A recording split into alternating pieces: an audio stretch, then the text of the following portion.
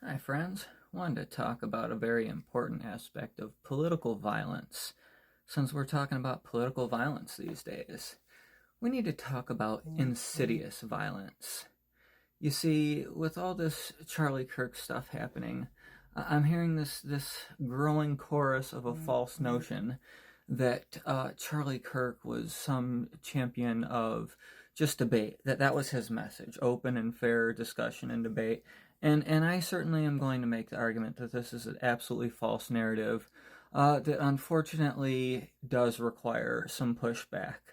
I have absolutely no interest in celebrating anyone's passing.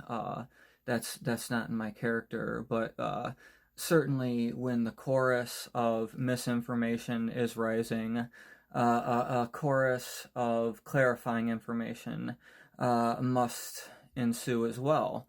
Uh, so yeah, let's talk about insidious violence and why it's actually worse in many ways than overt violence. Let's say someone walks up to you and they spit in your face. Um, that's a problem, right? That's obvious. That's very overt violence. And everyone can see that that's wrong. And anyone that would argue that just walking up to someone and spitting in their face is wrong, obviously everyone would be like, that's wrong, that's wrong, that's wrong. No one's about that. Okay? And what some people do is they like to repackage things. And they say, oh, yeah, absolutely. Spitting on someone's face is wrong. What we're talking about is our product. Our product is a facial cleanser. It's a facial mist spray with live human enzymes in it.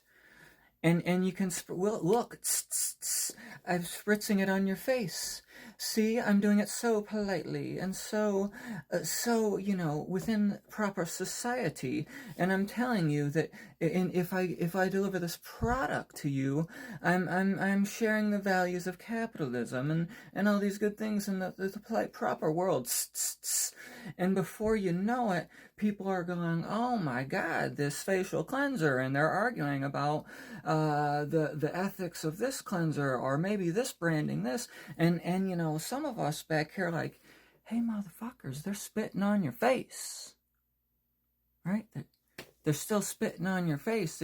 They've tricked you into this notion that the argument of violence against people that is obviously not socially palatable. It needs to be repackaged into insidious violence that can be put out there in little bits and little bits and little bits, on and on and on, under these packages. Oh, it's religious freedom, it's this, it's this, it's this. And it's just the seeding.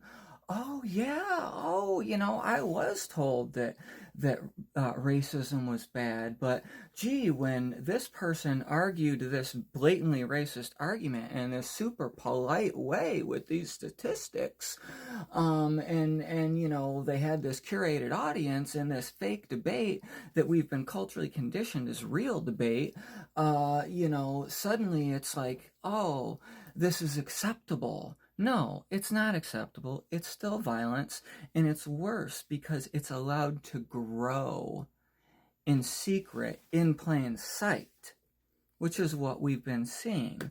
Obviously, we know where violence has grown. My lord, did anyone see those responses the other day?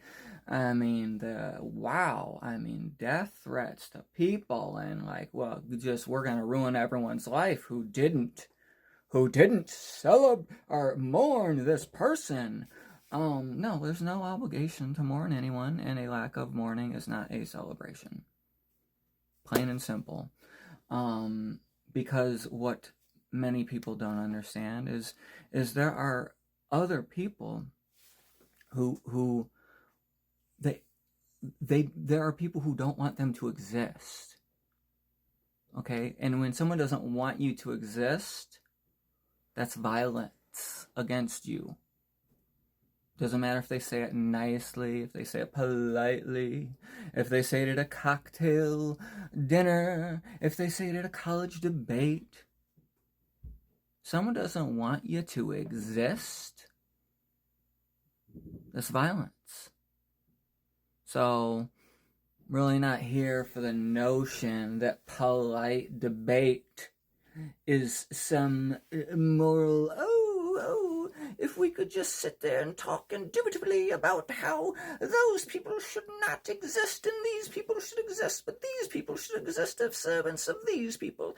No, that's all violence. It doesn't matter how you package it, except, that sometimes you can package it in a way that it's more violent because it's insidious and it allows it to grow.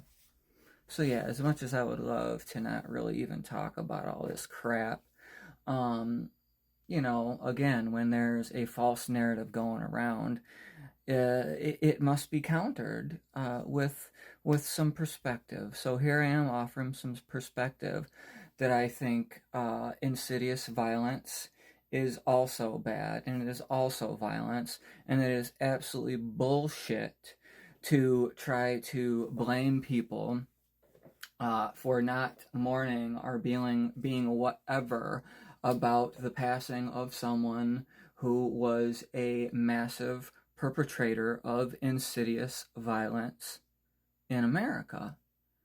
And again, none of that's a celebration. We know whose passing will have a celebration.